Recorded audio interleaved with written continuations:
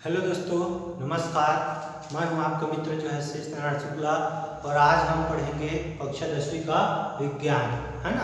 पाठ का नाम है जा रहा है विद्युत धारा, है ना। विद्युत धारा और परिपथ, ठीक है। विद्युत धारा और परिपथ। आप लोगों से सभी से निवेदन है कि मेरा ये वीडियो जो है पूरा देखें, अंत तक देखें, है ना। यदि आपको पसंद आता है तो लाइक शेयर और सब्सक्राइब जरूर करें।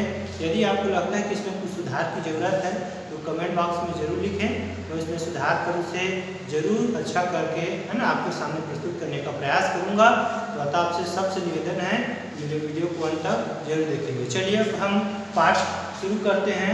इससे पहले के वीडियो में मैंने विद्युत धारा से संबंधित सभी प्रश्नों के उत्तर और इस पाठ का पूरा डिटेल जो है वीडियो अपलोड कर दिया है ना। आप है ना मेरे वीडियो में देख सकते हैं। चलिए हम लोग देखते हैं आज का हमारा जो टॉपिक है वो है विद्युत विभव एवं विभवांतर। क्या चीज? विद्युत विभव और विभवांतर। जैसा कि आप पाठ में देखेंगे, जैसा कि पुस्तक में है कि जैसे जल धारा या पानी की धारा हमेशा ज़्यादा से कम की ओर बहती है ना। कहाँ तक बहती है? ज़्यादा से कम की ओर, और बहते ही रहती है और तब तक बहते रहती है जब तक कि दोनों का लेवल जो है बराबर नहीं हो जाता। उसी प्रकार आवेश भी तब तक बहते रहता है जब तक दोनों के विभवांतर बराबर ना हो जाए। तो आवेश के बहने के लिए क्या जरूरी है? विभवांतर जरूरी है। विभवांतर जरूरी है। विभवांतर एक गुण है, ये कोई पदार्थ नहीं है, कोई केमिकल नहीं है, बल्कि एक गुण है। तो आइए जानते हैं कि विभवांतर क्या है ना। तो विभवांतर क्या है? सबसे पहले विभवांतर जानने के लिए हम लोग जानते हैं विद्युत क्षेत्र। कौन सा क्षेत्र? विद्युत क्षेत्र। विद्युत क्षेत्र क्या होता है? इलेक्ट्रिक फील्ड कहते हैं इसको। क्या कहते हैं विद्युत क्षेत्र? जब कोई आवेश होता है, जब कोई आवेश होता है तो उसके चारों ओर का एक क्षेत्र होता है ना। किसी विद्युत क्षेत्र के चारों ओर का वह क्षेत्र जहां तक उसका आकर्षण या प्रतिकर्षण करने का गुण होता है, क्या कहलाता है? विद्युत क्षेत्र कहलाता है। क्या कहलाता है? विद्युत क्षेत्र कहलाता है ना। किसी आवेश के कारण उसके चारों ओर का वह क्षेत्र जहां तक उसका आकर्षण या प्रतिकर्षण रहता है, विद्युत क्षेत्र कहलाता है। ठीक। और विद्युत क्षेत्र में कोई आवेश लाने पर, मान लीजिए मैं इस आवेश को ला रहा हूं, कोई आवेश लाने पर वह जितने बल का अनुभव करता है, वह जितने बल से उसे अपनी तरफ आकर्षित करेगा, उससे हम लोग कहेंगे विद्युत क्षेत्र की तीव्रता। क्या कहेंगे? विद्युत क्षेत्र की तीव्रता। इसे ई से दर्शाते हैं। इसका मात्रक होता है न्यूटन मीटर। क्या होता है? न्यूटन मीटर, है ना। तो यह विद्युत क्षेत्र जो है विद्युत क्षेत्र को जानना जरूरी है, समझना जरूरी है। यदि विद्युत क्षेत्र को हम लोग समझेंगे तभी विद्युत विभव को हम लोग समझ पाएंगे। तो यदि विभव के देखिए क्या है, यदि Q आवेश को, इसको Q आवेश, Q जो है आवेश है, कूलाम है। Q आवेश को अनंत से मतलब बहुत दूर से किसी विद्युत क्षेत्र में लाने पर, अभी हमने पढ़ा विद्युत क्षेत्र के किसी बिंदु तक लाने में जो कार्य करना पड़ता है उसे हम लोग कहते हैं विद्युत विभव। क्या कहते हैं? विद्युत विभव। मान लीजिए ये एक विद्युत क्षेत्र है, ठीक है।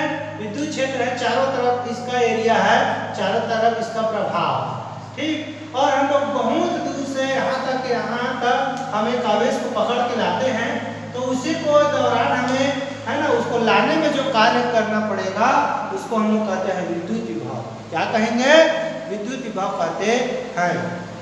ठीक। क्या कहते हैं? विद्युत विभव। तो इसका सूत्र होता है V बराबर W बटा Q, है ना।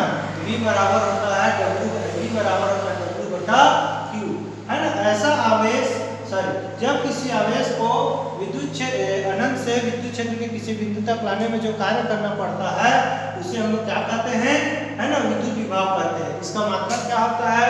वोल्ट है और इसे V से दर्शाते हैं। किससे दर्शाते हैं? V से दर्शाते हैं। किससे दर्शाते हैं? V से। ठीक। ये हो गया हम लोग का विद्युत विभव। तो जो कार्य करना पड़ेगा, एक आवेश को जब आप जबरदस्ती लाएंगे तो जो कार्य करना पड़ता है उसको विद्युत विभव कहते हैं, वोल्टेज कहते हैं। वोल्ट, है ना, वोल्ट कहते हैं। इसका मात्रक वोल्ट है, इसका मतलब जूल और कूलाम, इसमें हम लोग वोल्ट से जानते हैं समान। फिर है विभवांतर। क्या चीज? विभवांतर। दो बिंदुओं के बीच के विभव को अंतर, है ना। दो बिंदुओं के बीच के विभव। कैसे दो बिंदु? मान लीजिए एक बिंदु हमारा, ठीक, एक बिंदु हमारा यहाँ पर है और एक बिंदु यहाँ पर है। यहाँ और यहाँ इन दोनों के बीच के अंतर का जो वोल्टेज है उसको विभवांतर कहेंगे। तो कैसे विभवांतर? भाई कोई आवेश यहाँ पर सर जब उसको ले जाएंगे, है ना, इधर से इस तरफ, तो यहाँ ज़्यादा रहेगा। जैसे जैसे ले जाएंगे तो आपके बल का मान कम होते जाएगा, यहाँ आते आते कम हो जाएगा। तो यहाँ बल का मान ज़्यादा रहेगा, यहाँ बल का मान कम रहेगा। उन दोनों के बीच के विभव को विभवांतर कहते हैं। क्या कहते हैं? विभवांतर कहते हैं। विभवांतर बहुत जरूरी है।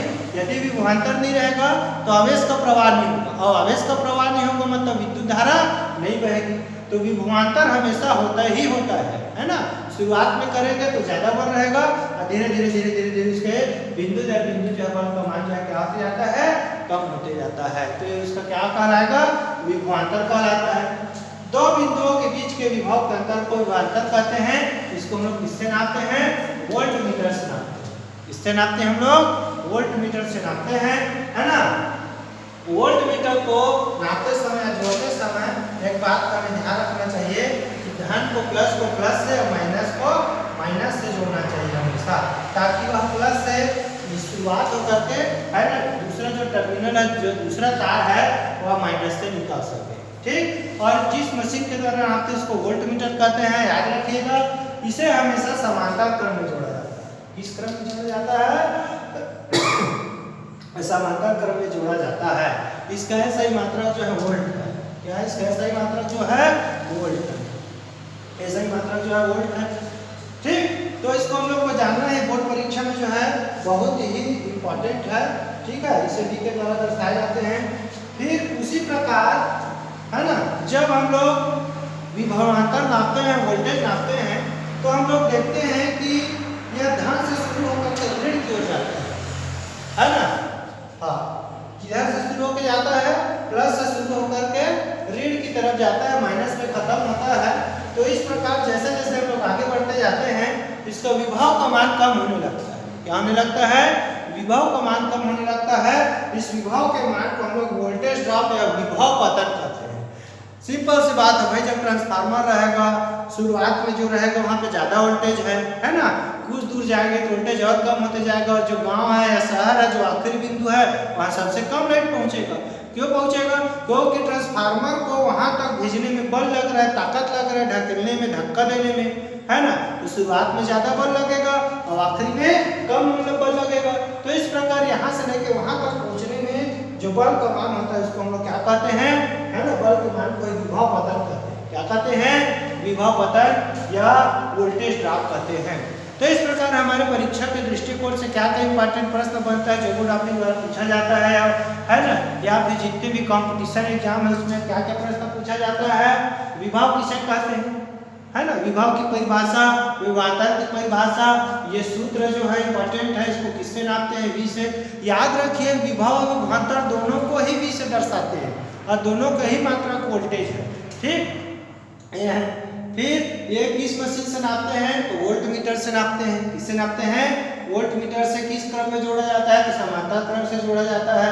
विभव पतन या वोल्टेज ड्रॉप किसे कहते हैं?